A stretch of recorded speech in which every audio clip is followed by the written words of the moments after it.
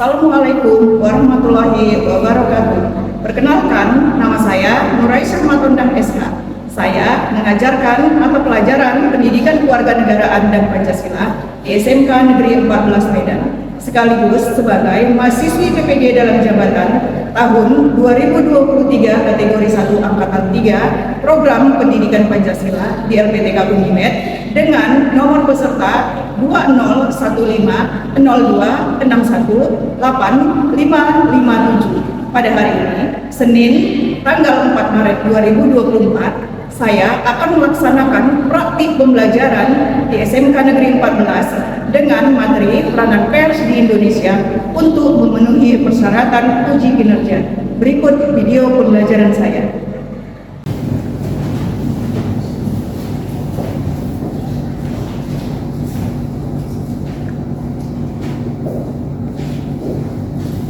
Assalamualaikum. Waalaikumsalam warahmatullahi wabarakatuh. Ya, bagaimana kabar kalian hari ini? Baik, Bu. Jadi sudah baik. Ya, bagaimana dengan kelas kita sudah bersih belum? Sudah, Bu. Nah, kenapa ini di sini? Sudah bersih, sudah rapi? Pakaian sudah rapi? Sudah, Bu.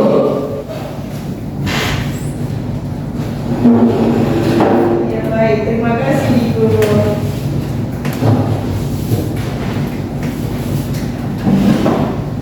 Jadi kalau sudah bersih, sudah rapi, sudah siap untuk yel-yel? Sudah, Bu. Oke, mari kita sebutkan yel-yel kelas kita.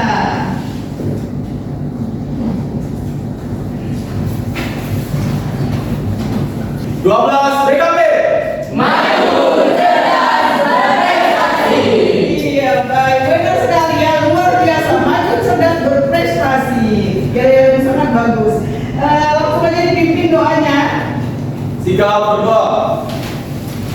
Sebelum kita mulai pembelajaran, mari kita berdoa menurut agama dan kepercayaan kita masing-masing. Berdoa dimulai.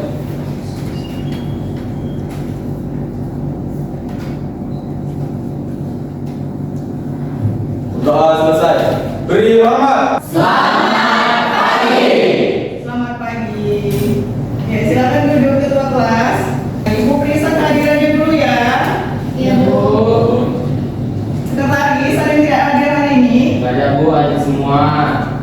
Syukurlah hadir semua. Berarti semuanya memang dalam keadaan baik dan dalam keadaan sehat. Siap untuk memulai pelajaran kita di hari ini. Ya. Nah, untuk menaruh semangat, marilah kita nyanyikan salah satu lagu nasional kita, Garuda Pancasila. Ayo semuanya sikap berdiri.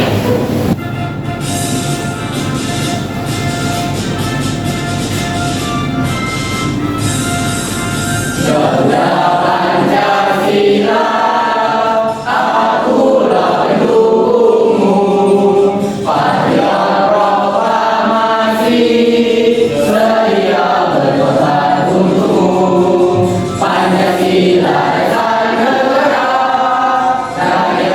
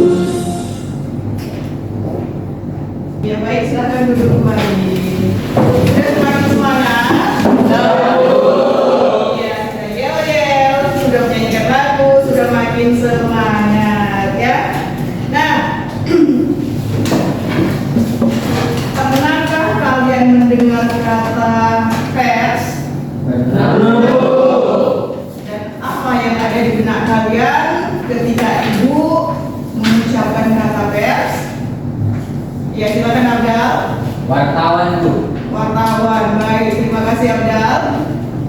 Ada lagi? Ya, Dirga. Jurnalis Bu. Jurnalis, ya benar. Ada lagi? Saya Bu, Ya, Nurul. menyebarkan informasi Bu. Menyebarkan informasi. Iya, benar sekali ya. Jadi pers adalah pembuatan kabar berita tentang kebijakan yang dilakukan oleh pemerintah atau masyarakat secara digital maupun non digital. Ya, jadi secara digital bisa melalui internet, secara non digital bagaimana? Melalui media cetak. Iya, baiklah. Ada tujuan pembelajaran kita hari ini ya sebelumnya materi kita hari ini adalah peranan pers di Indonesia. Adapun tujuan pembelajaran kita hari ini adalah yang pertama, setelah menonton video, peserta didik mampu menganalisa sejarah perkembangan pers dengan tepat. Dan yang kedua, setelah berdiskusi kelompok, peserta didik mampu mempresentasikan sejarah perkembangan pers dengan bertanggung jawab. Nah, jadi sesuai yang Ibu sebutkan tadi ya, bahwa ini kita dalam bentuk diskusi tadi ya, di tujuan pembelajaran yang kedua Ibu sebutkan setelah berdiskusi kelompok. Berarti sekarang ya, pembelajaran kita ini kita lakukan dengan cara berdiskusi kelompok. Ya. Nah, namun sebelumnya ada baiknya kita tonton dulu video pembelajaran yang akan Ibu sampaikan. Ya, nah video ini juga terkait dengan motivasi yang nantinya akan memberi semangat juga bagi kalian untuk berprestasi. Mau nggak? Mau. Iya, mari kita tonton. Siswa SMA di Boyolali, Jawa Tengah berhasil menorehkan prestasi luar biasa dengan diterima untuk melanjutkan jenjang pendidikan di 7 universitas ternama dunia sekaligus. Meski berasal dari keluarga yang sangat sederhana, tapi halangan baginya untuk menggapai cita-cita berprestasi yang dianggap mancanegara. Berikut ini.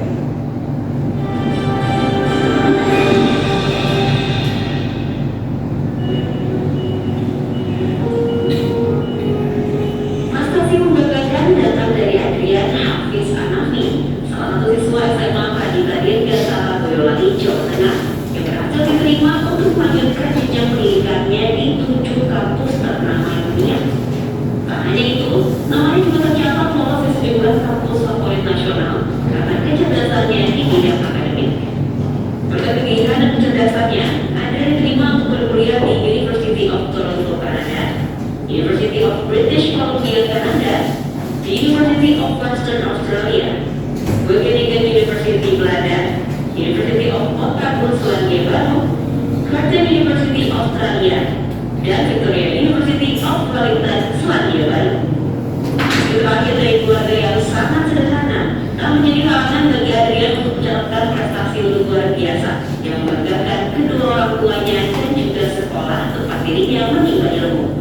Untuk memenuhi kebutuhan sehari-harinya, ayah Adrian, Mardiono, bekerja sebagai kuli bangunan, sementara sang ibu Yuni Puji Astuti membuka jasa mencuci baju. Saya pilih Universitas British Columbia soalnya reputasi mereka di bidang geologi itu paling baik daripada kampus-kampus lain. Saya pernah di Bagaimana menurut kalian?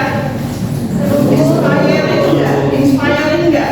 Menginspirasi ya? Iya, sangat menginspirasi ya. Jadi menurut kalian yang tadi ada di situ apa? Apakah berita atau apa? Berita, benar. Nah, jadi itu adalah berita, ya.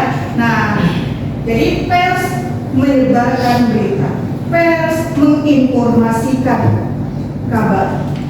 Nah, jadi dengan begitu kita jadi tahu bahwa ada seorang anak yang diterima di 7 universitas di luar negeri sana.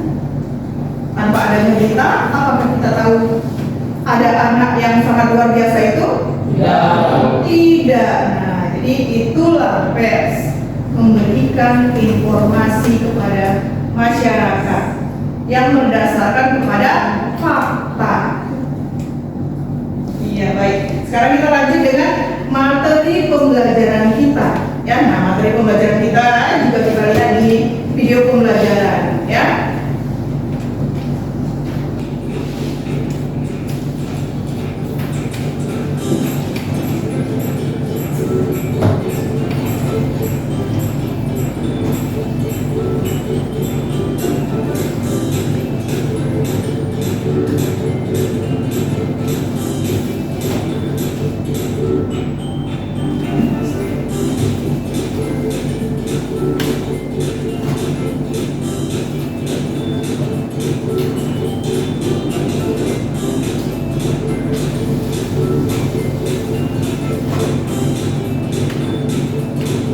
Ya, bagaimana?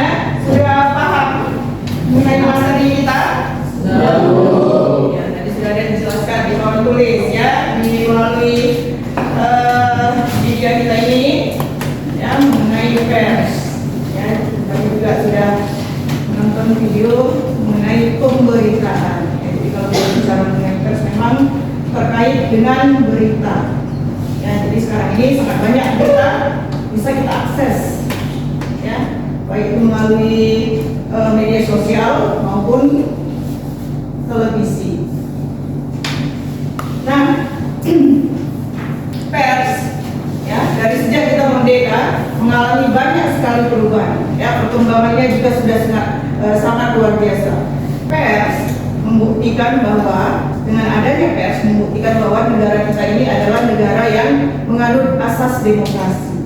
Ya, dengan memberi kebebasan kepada rakyatnya untuk bersuara, untuk berbicara, untuk memberikan pendapatnya. Nah, jadi sama seperti materi kita yang lalu, persatuan dan kesatuan, yang mengalami perubahan, mengalami perkembangan dari masa ke masa, dari sejak kita merdeka sampai sekarang ini, begitu juga dengan pers juga mengalami perubahan, mengalami perkembangan dari sejak kita merdeka sampai sekarang ini. Ya. Jadi kalau dulu mungkin pers kurang independen, nah sekarang sudah mulai independen dengan adanya kemerdekaan pers. Nah, kemudian yang akan menjadi tugas kalian adalah, tugas proyek kalian adalah mengenai pers, dan kalian harus membuat timeline, ya, timeline perkembangan pers dari masa ke masa. Nah, kemarin juga itu sudah membentuk kelompoknya, ya. Jadi sekarang ayo duduk di kelompoknya masing-masing. Silakan. Ya, jadi sudah duduk di kelompoknya masing-masing. Iya, jadi sekarang kalian sudah bisa merencanakan apa tugas kalian, dan ingat ya, tugas kalian tadi seperti yang Ibu bilang adalah membuat timeline sejarah perkembangan pers di negara kita ini dari sejak kita merdeka sampai sekarang, ya. Dan kalian dalam mengerjakannya boleh mempergunakan aplikasi pembelajaran seperti Canva, PowerPoint, boleh juga menggunakan KineMaster atau aplikasi lainnya yang terkait dengan pembelajaran. Paham? Sampai sini ada yang mau bertanya? Ya, silakan diri ya. Itu buat dari aplikasinya itu menggunakan handphone. Iya, baik, terima kasih Dirga. Nah, jadi untuk membuat aplikasi, mengerjakan tugas kita ini, aplikasinya tentu kita mempergunakan alat, ya. Boleh mengerjakannya menggunakan laptop, kalau kalian membawa laptop, boleh juga melalui handphone. Sudah paham? Oke, dan bisa mulai dirancang bagaimana cara membuat tugasnya. Nah, di sini juga ada dalam APD yang harus kalian isi, ya. Kalian isi berdasarkan tugas kalian. Ya, jadi jangan beda dengan tugas kalian. Nah, Ibu mau perwakilan satu orang masing-masing ke depan untuk mengambil LKPD-nya. Anda bisa nih mulai membuat perancangan tugasnya gimana? Ayo silakan.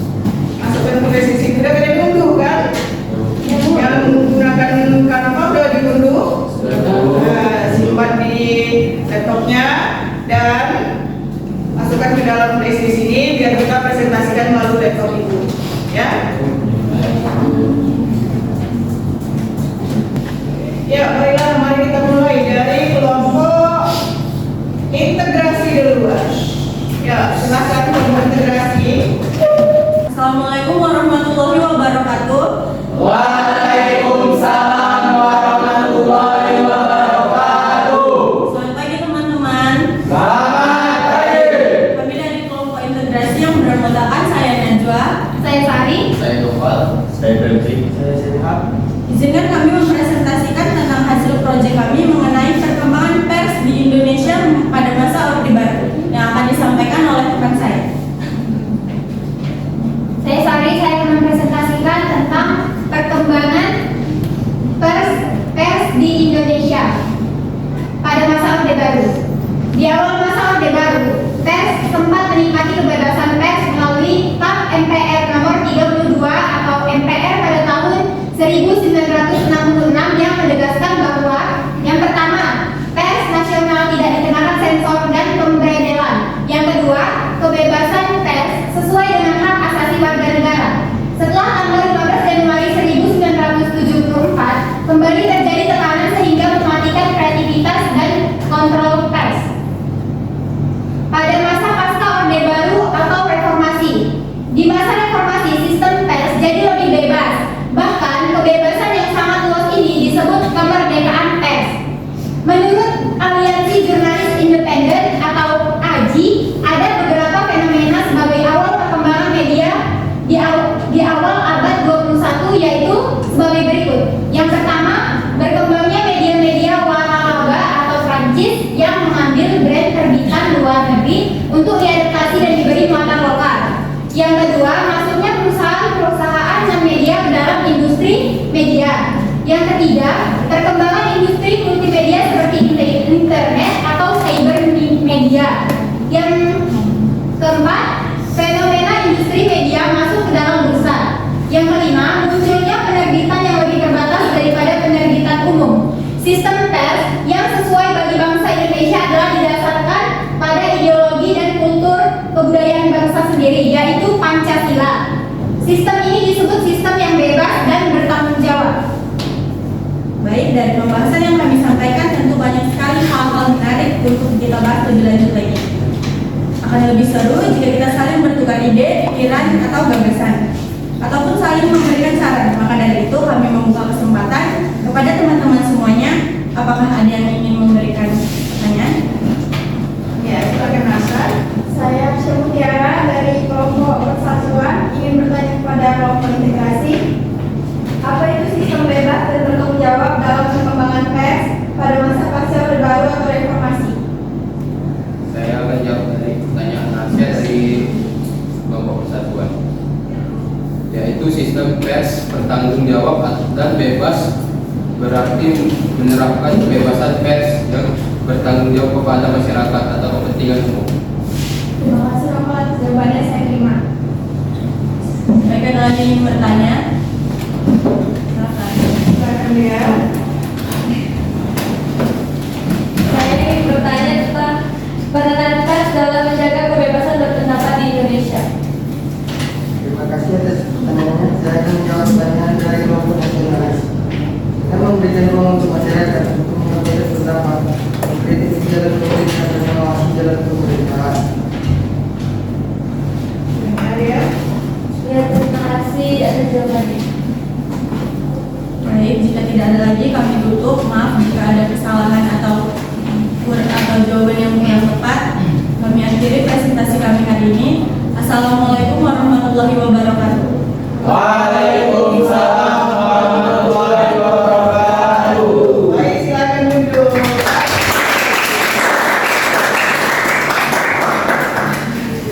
Ya, berikutnya kelompok persatuan. Ayo silakan kelompok persatuan. Assalamualaikum warahmatullahi wabarakatuh. Waalaikumsalam warahmatullahi wabarakatuh. Selamat pagi. Selamat pagi. Kami dari kelompok persatuan ingin presentasikan hasil diskusi kami. Baik teman-teman, kami akan membahas bagaimana pertumbuhan pers di Indonesia. Awal pertumbuhan pers. Pada awal pertumbuhan, pers Indonesia ditandai dengan munculnya buletin berbahasa Belanda milik VOC, yaitu Memories Noveles. Kemudian diikuti munculnya surat kabar lain berbahasa Jawa, Bro Martani di Surakarta pada tahun 1835. dan surat kabar berbahasa Melayu yaitu Surat Kabar Bahasa Melayu di Surabaya tahun 1856 dan di Jakarta pada tahun 1858. Dan dari hasil presentasi kami, mohon maaf bila ada kekurangan. Wabillahi taufiq wal hidayah. Wassalamualaikum warahmatullahi wabarakatuh. Waalaikumsalam warahmatullahi wabarakatuh. Baik, berikutnya kelompok lagi ya. Nasionalis, silakan. Semangat sekali kelompok nasionalis. Assalamualaikum warahmatullahi wabarakatuh.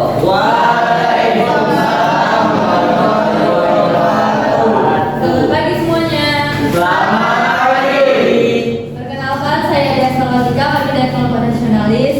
Nah, di sini kami akan presentasikan hasil diskusi kami, yaitu tentang peranan pers di Indonesia pada masa Orde Lama. Dengan berlakunya Undang-Undang Dasar Sementara tahun 1950 menandai era demokrasi liberal yang diwarnai dengan kebebasan pers.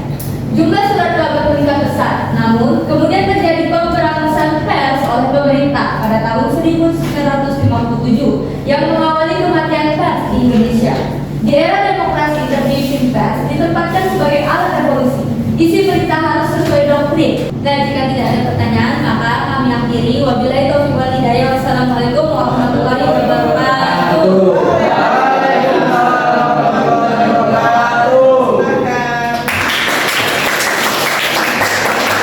Ya, kelompok yang terakhir, kelompok kesatuan. Silakan ke depan. Assalamualaikum warahmatullahi wabarakatuh.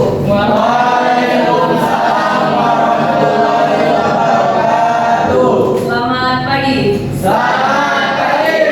Kami dari kelompok kesatuan ingin mempresentasikan hasil proyek kami. Jadi di sini kami ingin mempresentasikan tentang perkembangan pers pada masa revolusi.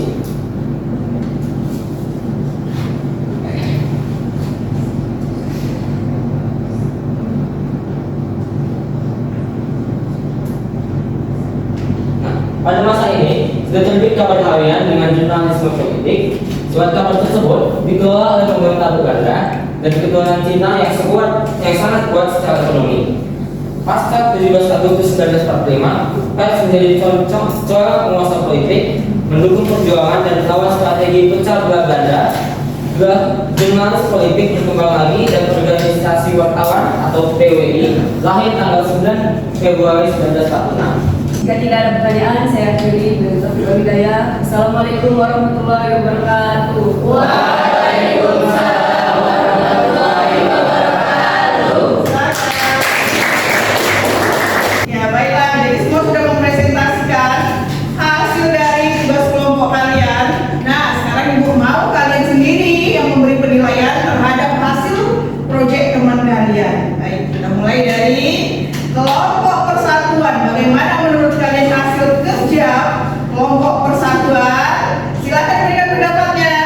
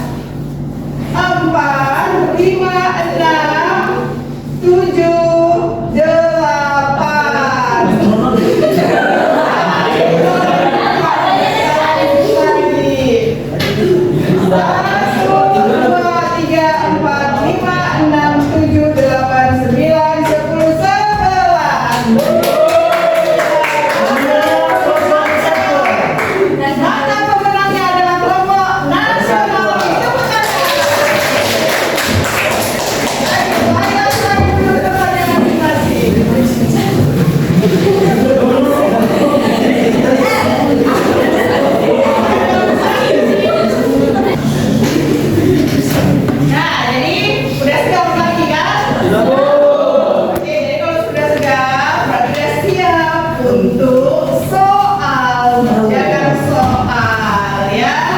Oke, baiklah. Coba masing-masing yang duduk di kelompoknya masing-masing untuk ke depan satu orang. Oke, ini juga sama seperti ketika kita SPDM itu ya, ada waktunya. Ayo. Ayo dimulai dari sekarang. Baik, hitungan ketiga. Semua pulpen letakkan di atas meja. 1, 2, 3. Iya, baiklah. Semuanya sudah selesai menuliskan jawabannya. Ya, masing-masing lagi ya perwakilan tiap kelompok datang ke sini membawakan soal yang sudah dikerjakan dan KPD-nya ya, nak ya, KPD-nya ke nanti ya.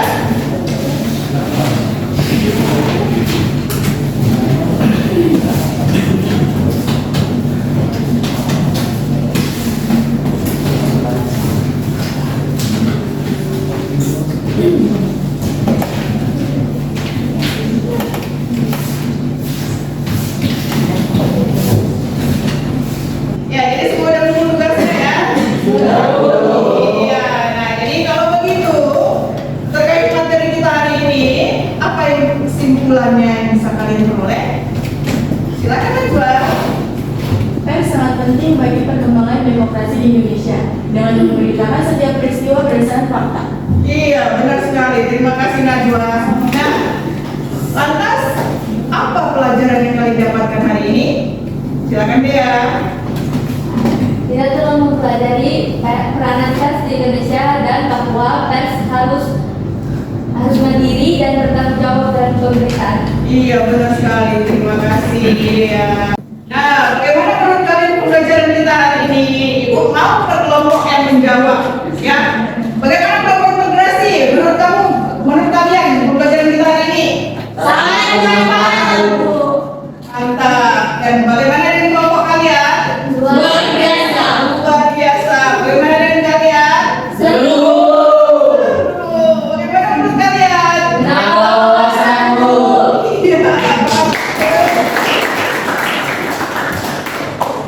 Nah, ini pembelajaran kita hari ini kita sudahi ya. Untuk pertemuan yang berikutnya kita masih membahas tentang pers ya, tapi dalam konteks yang berbeda. Nah, dibaca bukunya di rumah ya. Baik. Iya. Ayo kita kelas disiapkan, sudah kita berdoa. 3 berdoa. Sebelum kita pulang, mari kita berdoa menurut agama dan kepercayaan kita masing-masing. Berdoa dimulai. Doa selesai. Beri hormat.